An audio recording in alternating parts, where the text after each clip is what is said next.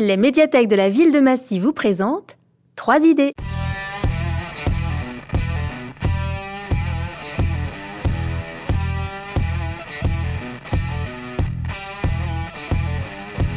Bonjour à tous et bienvenue à ce nouvel épisode de notre nouveau podcast 3 idées, dans lequel vos bibliothécaires vous proposent 3 idées de lecture, de visionnage, d'écoute peut-être même parfois. Et aujourd'hui, le thème, c'est 3 mangas. Donc, on va vous présenter 3 mangas et je suis avec Elora. Bonjour Elora. Bonjour. Ça va ? En pleine forme. Super. Donc, c'est parti, on va vous proposer 3 mangas qu'on a beaucoup aimés. Et on va commencer avec Otome Game, qui est une nouvelle série que vous connaissez peut-être puisqu'elle a été adaptée en anime. Alors, Otome Game, c'est une série de Nami Hidaka qui est éditée chez Delcourt. Et tout commence de manière plutôt tragique puisque nous suivons l'histoire d'une jeune fille dont on ne connaît pas le nom, dont on ne connaît pas le visage, qui meurt dans un accident de la route dès la première page. Oui, ça peut surprendre, mais c'est quelque chose qui arrive régulièrement dans les mangas. Parfois, oui, le héros meurt dès le début, d'ailleurs on ne le connaît pas, donc il n'y a pas énormément de chagrin, mais il se réincarne dans un corps qu'il ne connaissait pas. Et cette jeune fille se réincarne dans le corps d'une petite fille de 8 ans qui s'appelle Katarina. Sauf que Katarina, c'est pas n'importe qui, c'est la méchante du jeu vidéo auquel jouait la jeune fille juste avant de mourir. Alors, dans ce type de jeu vidéo, vous connaissez peut-être parce que souvent, on voit des publicités sur les réseaux sociaux ou sur Internet, on voit souvent ce genre de pub. C'est un type de jeu vidéo très populaire, donc ça s'appelle les Otome Games, et c'est très populaire au Japon. Et le principe, c'est que le joueur, ou plutôt la joueuse, car ce sont plutôt des filles qui y jouent, incarne une héroïne qui est souvent jeune, qui est jolie, qui est pure, qui est parfaite, qui rencontre plein de gens. Souvent, c'est des garçons séduisants, tant qu'à faire. Et le but de ces jeux, c'est de nouer des relations amicales et amoureuses avec les autres personnages, tout en suivant un scénario plus ou moins élaboré et plus ou moins qualitatif. Ça dépend. Ça dépend des jeux. Et dans tout ça, manque de chance, Katarina est devenue la méchante du jeu. C'est la peste qui est là pour mettre des bâtons dans les roues à l'héroïne et l'empêcher de trouver l'amour. Donc, pas de chance. Et le pire, c'est que dans tous les scénarios possibles du jeu, elle a une fin qui est tragique. Alors, soit elle meurt, ça c'est le pire des cas, sauf que dans le meilleur des cas, en fait, elle perd tout et elle est exilée dans un pays lointain. Et on est d'accord, comme fin, c'est plutôt bof. Alors, du coup, Katarina décide de prendre son destin en main et de manipuler le scénario pour changer la fin du jeu et connaître peut-être elle aussi une fin heureuse. Alors, peut-être pas heureuse, mais au moins pire que ce qui était prévu. Alors, c'est un manga qui est original, qui est décalé, que j'ai adoré. Même si au début, je me suis demandé où j'étais tombée, parce que ça part un petit peu dans tous les sens. C'est un peu loufoque. Il faut aussi comprendre le principe des Otome Games. Mais une fois qu'on a commencé, c'est un manga qui est hyper addictif. Les personnages sont très très drôles, ils sont hauts aux couleurs. Les garçons sont tous mignons et attachants. Écoutez, il y a des beaux mecs partout, c'est le principe du jeu. On va pas bouder notre plaisir, écoutez. Donc voilà, c'est un moment de plaisir, de rigolade, et on se demande si Katarina va réussir à changer le scénario du jeu. Pour l'instant, j'ai pu lire les 2 premiers tomes de la série et j'ai énormément ri. Déjà, j'ai beaucoup aimé la façon dont les auteurs manipulent les codes du jeu de romance. Normalement, comme Lucille l'a dit, dans ce genre de jeu, vous êtes dans la peau d'une jeune fille innocente, douce, chiante comme la mort, courtisée par des hommes sublimes et jalousée par des rivales perfides. Déjà, réincarner l'héroïne dans le rôle de la rivale, c'est une idée que je trouve géniale. Parce qu'à cause de ça, elle est obligée de mettre au point des stratégies et d'être toujours sur ses gardes si elle ne veut pas tout perdre, y compris la vie.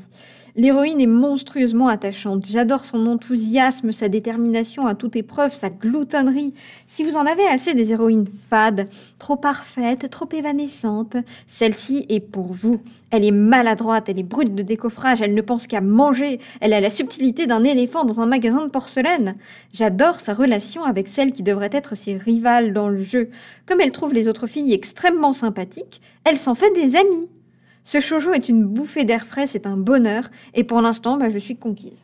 Bon, vous l'aurez compris, Otome Game, c'était plutôt une bonne surprise. Et on va continuer avec Trait pour Trait, qui est un autre manga, cette fois de Akiko Hayashi, que vous connaissez peut-être parce que c'est l'auteur de mangas plutôt connus comme Princesse Jellyfish. Et Trait pour Trait, c'est un manga autobiographique dans lequel l'auteur revient sur son parcours, et croyez-moi, ça vaut le détour. Donc c'est l'histoire d'Akiko, qui commence quand elle était plus jeune, et qui nous raconte que dès qu'elle était enfant, elle était passionnée de manga, qu'elle passait ses journées à en lire, et que son rêve dans la vie, c'était de devenir mangaka, donc auteur de manga. Elle adorait dessiner, dès qu'elle avait un petit bout de papier sous la main, elle dessinait. Et ce qui est plutôt drôle, c'est qu'elle pensait être un génie du dessin, et même à 12 ans, elle avait déjà fantasmé toute sa carrière, alors elle avait prévu d'envoyer ses dessins aux éditeurs, qui auraient aussitôt hurlé au génie, au génie. Elle aurait été la personne la plus jeune jamais éditée dans le milieu du manga, donc voilà. Donc vous l'aurez compris, elle a une grande confiance en son talent, ce qui est assez drôle et ce qui est une grande qualité, d'avoir confiance en soi, c'est très bien. Sauf que malheureusement, elle va vite être rattrapée par la réalité. Notamment, et c'est là que l'histoire débute, en dernière année de lycée, quand une amie va lui parler d'une petite école d'art qui est un peu étrange puisqu'elle est inconnue à l'annuaire et elle n'en a pas vraiment entendu parler. Et cette école, c'est pour se préparer aux grandes écoles d'art. Donc elle va y aller. Donc c'est un peu bizarre, c'est un peu loin de tout à la campagne, il faut 1 heure de bus pour y aller avec une correspondance. Et quand elle arrive, tant bien que mal, elle tombe sur une petite bicoque paumée au milieu de la campagne qui est pleine de moulages en plâtre. Et là, il y a plein d'autres élèves qui travaillent. Et il y a aussi un prof qui a l'air un peu bizarre. Donc elle lui présente ses dessins et elle est persuadée qu'il va aussitôt hurler « Oh mon Dieu, quel génie !» Donc elle est même un petit peu gênée par rapport aux autres élèves qui travaillent si dur alors que pour elle, son talent est naturel et inné. Donc elle lui présente ses dessins et là, c'est la douche froide. Parce qu'il va aussitôt se mettre à hurler « Mais c'est nul, mon Dieu, mais c'est pas possible que t'aies dessiné pendant tout ce temps, t'es sûr que t'as fait des écoles d'art? Oh non, c'est pas possible, c'est nul, c'est nul, c'est nul !» Et il met des coups de sabre en bambou dans ses dessins. Donc Akiko tombe de vraiment haut, puisqu'elle s'attendait pas à ça. Et le prof va lui dire « C'est pas grave, écoute, tu vas travailler tout le temps, tu vas dessiner sans relâche, le matin, le midi, le soir, tu vas venir le soir, le week-end, les vacances, tu vas dessiner tout le temps, et tu vas y arriver. » Et c'est ce qu'elle fait, malgré tout, même si le prof a l'air bizarre, elle va y aller, elle va passer toutes ses vacances, tous ses week-ends à dessiner. Et cette rencontre avec ce prof, qui est pour le moins original, un peu rude, tout ce que vous voulez, va profondément changer sa vie et être déterminante dans son parcours et sa carrière qu'on sait maintenant couronnée de succès puisqu'elle est effectivement devenue très connue. Alors, trait pour trait, c'est un manga que j'ai adoré et c'est même pour moi une de mes meilleures lectures cette année. Alors, c'est un récit qui est plein de dynamisme, c'est bourré d'humour, c'est très très piquant, c'est très drôle. Et l'autrice n'est vraiment pas tendre avec elle-même, c'est un récit qui est honnête, qui est sincère, mais qui est aussi plein de tendresse. Et on devine un hommage à ce prof, même s'il paraît bizarre, rude, tout ce que vous voulez. On sent qu'il a beaucoup compté pour elle et qu'il lui a beaucoup apporté. Alors c'est une série en 5 volumes qui est en cours d'édition. On a le début à la médiathèque et pour moi c'est un vrai coup de cœur que je vous recommande. Je connaissais le travail de cette autrice, donc avec, comme tu l'as dit, le manga Princess Jellyfish, et je suis assez curieuse de découvrir son parcours. En tout cas, j'ai hâte de mettre la main sur ce manga pour le lire. Pour compléter cette sélection, j'ai choisi de vous parler d'un manga où on se tape joyeusement dessus à chaque chapitre. Si vous aimez les explosions, les confrontations, les super pouvoirs improbables, Bungo Stray Dogs pourrait vous plaire. Dans ce manga, nous suivons les aventures d'Atsuhi Nakajima, un jeune orphelin qui se retrouve tout seul et isolé dans la grande ville de Yokohama après avoir été éjecté de son orphelinat. Par hasard, il sauve un étrange personnage du suicide. Ce dernier répond au nom d'Osamu Dazai. Il appartient à l'agence des détectives armés, dont les membres sont tous dotés de pouvoirs très particuliers. Et le pauvre Atsuhi va bien avoir besoin de leur aide étant donné qu'il se retrouve objet de convoitises de gens très dangereux et eux aussi possesseurs de pouvoirs un petit peu spéciaux. Pourquoi j'adore ce manga?